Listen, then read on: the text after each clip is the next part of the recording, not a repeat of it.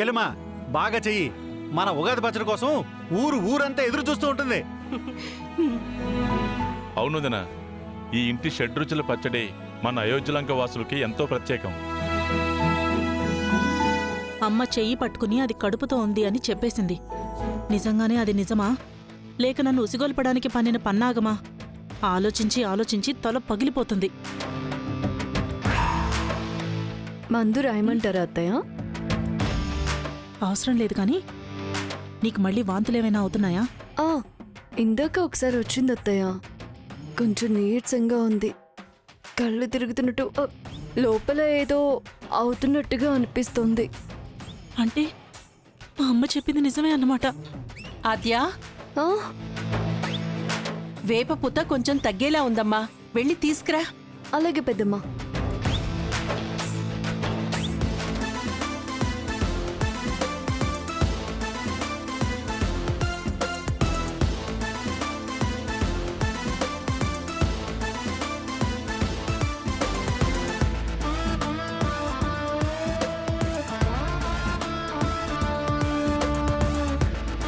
రేయ్ ఆగరా, నువ్వెక్కడికి?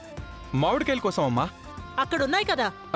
అవి పచ్చడికి, ఇప్పుడు ఆతికి ఇవ్వడానికి. తనకి పులుపు తినాలనిపిస్తుందంట. వెళ్ళొస్తాను. రేయ్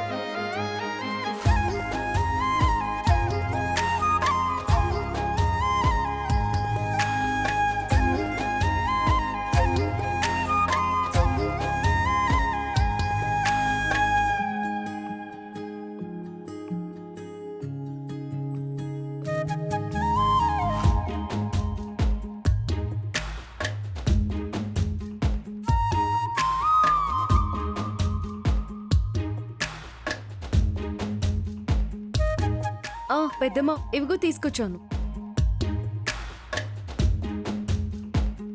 అమ్మా ఆద్య, రామాకి ఫోన్ చేసి రమ్మని చెప్పమ్మా. అలాగే పెద్దనాన్న. శ్రీను, ఫోన్ ఇవ్వు.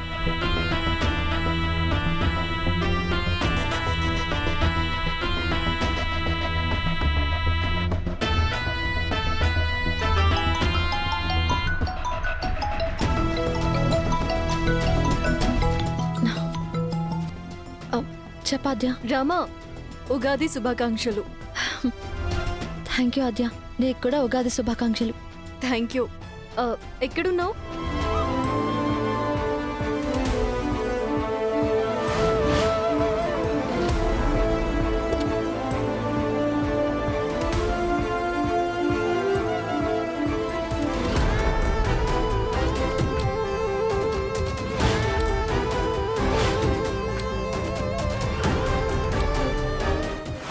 అవునా?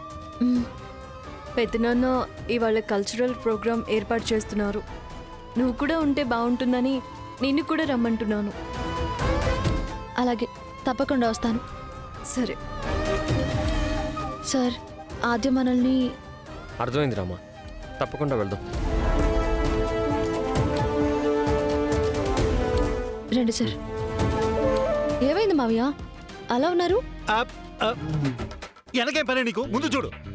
ఇది స్టైల్ వెరైటీ, ఇది ఒక వెరైటీ స్టైల్. లేటెస్ట్ ఫ్యాషన్ కదా, లేటెస్ట్ ఫ్యాషన్. పోలీసులతో పెట్టుకున్నాడు, పులిసిపోయేలా కొట్టారు. నాకు కూడా రే పరువు తీకురా నాది. అర్థమైందిలేండి, ఇబ్బంది పడకండి. ఆ, ఆ, మీరు కొద్ది రోజులు దీని గురించి మర్చిపోండి. ఆ, మీరు గుర్తుపెట్టుకోవాలి, లేకపోతే గుర్తుంది. ముందు ముందు చూడు, ముందు చూడవే. పరామర్శకు కూడా పరమ చిరాకు తెప్పించే రోగమే ఇది. పగోడికి కూడా ఈ పరిస్థితి రాకూడదు.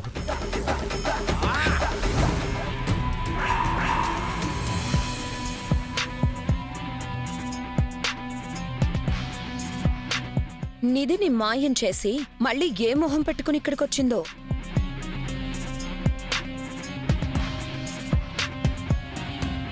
తనేమీ చేయలేదు. అలా మాయ చేయాల్సిన కర్మ తనకి పట్టలేదు. నగలకు బదులు రాళ్ళెక్కడి నుంచి వచ్చాయో మరి. అది తెలుసుకునే పనిలోనే ఉన్నాను. తెలియగానే ముందు మీకే ఇన్ఫార్మ్ చేస్తాను, ఓకేనా? ఈ పొగరికి ఏం తక్కువ లేదు. అవి మా ఇంట్లోనే ఉన్నాయి.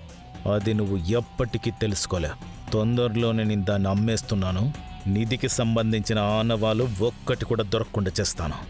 నీకు శిక్ష పడాలి కదా, ఆ శిక్ష నుంచి నువ్వు తప్పించుకోలేవు. ఊళ్ళో అందరికీ ఒక చిన్న విన్నపం. బంగారం అందరూ జాగ్రత్తగా ఉంచుకోండి. ఊళ్ళో దొంగలున్నారు.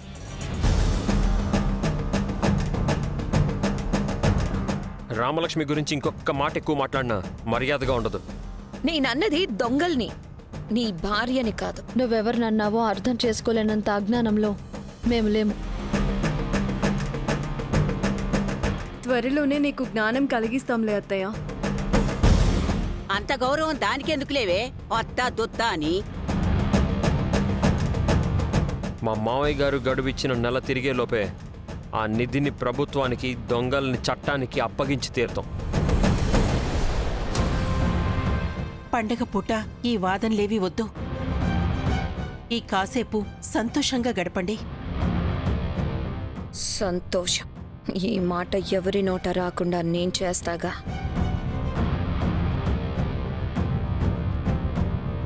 ఏమే, వాళ్ళందరి చీరల కంటే నీ చీరే బాగుందే. సర్లే. పద జానకి.